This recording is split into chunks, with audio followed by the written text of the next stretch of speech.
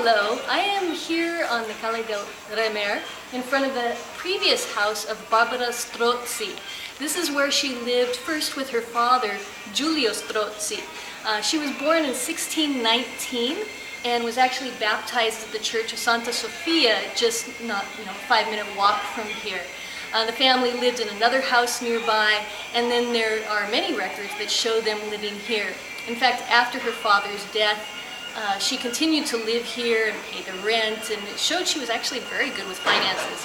But that's not the story I'm telling you about her today. She's really underrepresented as a fantastic composer. During her epic in the 1600s to the 1700s, she began composing music. And her father introduced her to this. He was not a musician himself. He was a poet, and he attracted many other poets and writers and musicians to his house for a literary salon. So one of the things he did for her was to create first a literary salon and then a musical salon where she was surrounded by people who appreciated this art. And it helped her to mix with them, to learn from them, and to have sort of an audience for her works. She ended up composing 8 opuses or collections of her works. And in fact, nobody seems to know this, which is incredible to me, but she was the most prolific composer of her era, male or female. And yet people don't really seem to know her name. So I'm here to highlight her work and her great contribution to music in the 16 and 17, mostly the 1700s. One other thing, I keep mentioning her father. Now, actually, her father never married her mother.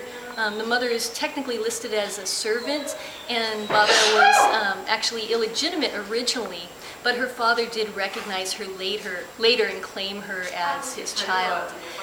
She never married, but she did have a long-time affair with a married man, Giovanni Paolo Widman, who was a nobleman. He was married. There's actually streets named for him in Palazzo Widman, just in Castello over that way.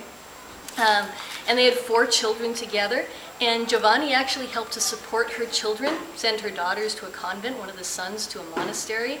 But of course, that was sort of a relationship outside the bounds of the church and society.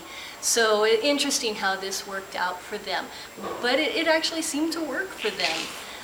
So she had a very, very interesting life, and mostly we like to appreciate her for her beautiful music. Many of the pieces, the libretti, the words, were actually written by her father for her to use. So anyways, here is the house of Barbara Strozzi, one of the great composers of her epic, and a Venetian woman that we should honor.